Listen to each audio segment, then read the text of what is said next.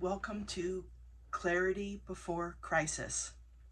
If you've been fired, this is not the moment to panic. It's the moment to pay attention. Just because severance isn't offered, it doesn't mean there's nothing to protect. If you have questions when you meet with HR and they're not asked, you could be leaving money and benefits on the table. Not being prepared in the moment doesn't just affect you. As you know, it can affect your family, your health coverage, your savings, and your financial stability. Shock is expensive. Preparation is proactive. This isn't everything on this checklist that I've developed for all of you, but it covers, in my opinion, the most important questions.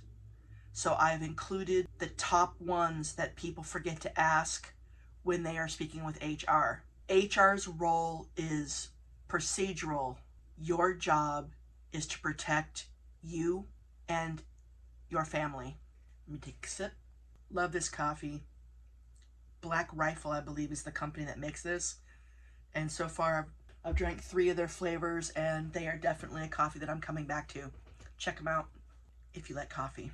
So before we dive in, this is a labor of love for me, this checklist, because I encounter so many people in my years of experience when I'm going over their insurance, whether it be their medical insurance, life insurance, whatever types of insurance they have, and I find that they think the company that they were with is continuing with the insurance, or I'm meeting with somebody that might be older, and I'm looking into why they don't have a lot of funds, and I'm seeing that they are paying for a life insurance policy when they left their employer at a single rate versus the group rate. And when you're 50 plus or 60 plus and you leave the company and you are offered to keep the life insurance going, you no longer are getting that really great rate that you get when you're with the company. You are getting a single rate at your age at the time. And I've seen people spending hundreds of dollars that they thought the employer might be still covering. Let's go ahead and dive in. Number 1, whether you get this or not, severance, what is being offered? How is your company calculating it? Is it tied to signing any agreements? That's really important. My opinion is do not sign anything on your initial meeting with HR, or anything immediately after. If they terminate you and go right into meeting with HR, if you've watched my other videos, you need to breathe and at least take 24 to 48 hours before you have the deep dive appointment with HR. You want to ask for time to review documents carefully. That's imperative to you knowing what you have. Final pay, that's also your PTO or holiday pay that you might be able to cash out. When will you get your final paycheck, and how will you get it? Direct deposited? Some people get things nowadays in these PayPals, Venmos. However you get it, is it still going to be that way, or will you get a final check sent to you in the mail? Will unused PTO be paid out? And will that be a separate check, or will it be included in your final pay? How are commissions, if you get commissions or bonuses, handled? Don't assume. Ask clearly and write things down. Jot them down. My checklist that I will have dropped in the description, you'll be able to download that, and it's print friendly, and go ahead and look it over. And you can fill things right into that.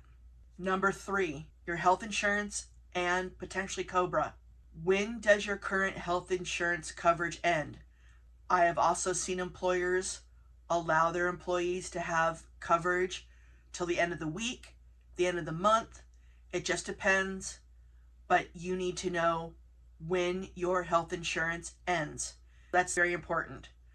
What are your COBRA options? What will it cost a month? And if you have any dependents, this becomes urgent. If you have a spouse, if you have children under 26 years old, this is really going to be important for you to get the answers to that, on how long you have the coverage for, and how much the COBRA is going to be. Number 4, retirement and benefits. What happens to your 401k? Are there vesting schedules you need to understand? And who do you contact about benefits after termination? This is super important. If HR has the info, and I recommend that you get it, if they don't, ask for the number. Is it Vanguard, Charles Schwab? Get their number because you want to call them and talk to them about what's going to happen once you are no longer with the company. Your rollover options, when you get a new job, if you do, just call them. I do recommend you calling them within a couple days after your final HR visit when you sign all your documents. Number 5, references. What will the company say if somebody calls to verify your employment? Is it going to be a neutral referral policy? Clarity now prevents confusion later. It is super important. You have no idea how you are being spoken about when a company calls in to get a reference for you. So make sure that you ask and you ensure that you've jotted down how they're going to give a reference about you. 6, and I think this is very important, are there non-compete agreements that you have signed or that they're going to make you sign? Non-solicitation agreements, any restrictions that could affect your next job. These matter more than most people realize. How is your termination being documented? This is important for unemployment, and this is my number 7. Ask them, when unemployment calls, how is my termination being articulated? Are you being terminated with or without cause? Because that's super important. 8, the most important probably out of everything that I've mentioned, documentation. Get everything in writing, dates, terms, agreements, the name of the HR person, because emotions fade, but documentation doesn't.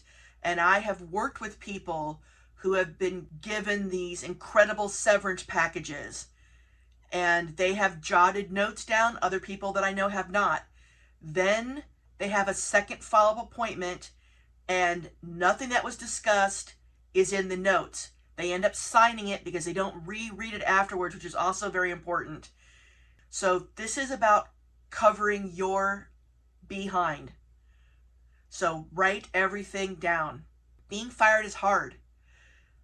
It can feel personal, even when it's procedural, but you are not powerless in this moment. Preparation changes how you walk forward. This kind of clarity is super helpful, and it's something that I am here to try to help you with. I hope this video was informative.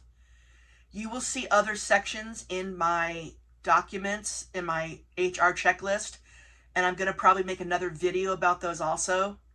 But as of right now, these were my top 8 most important things.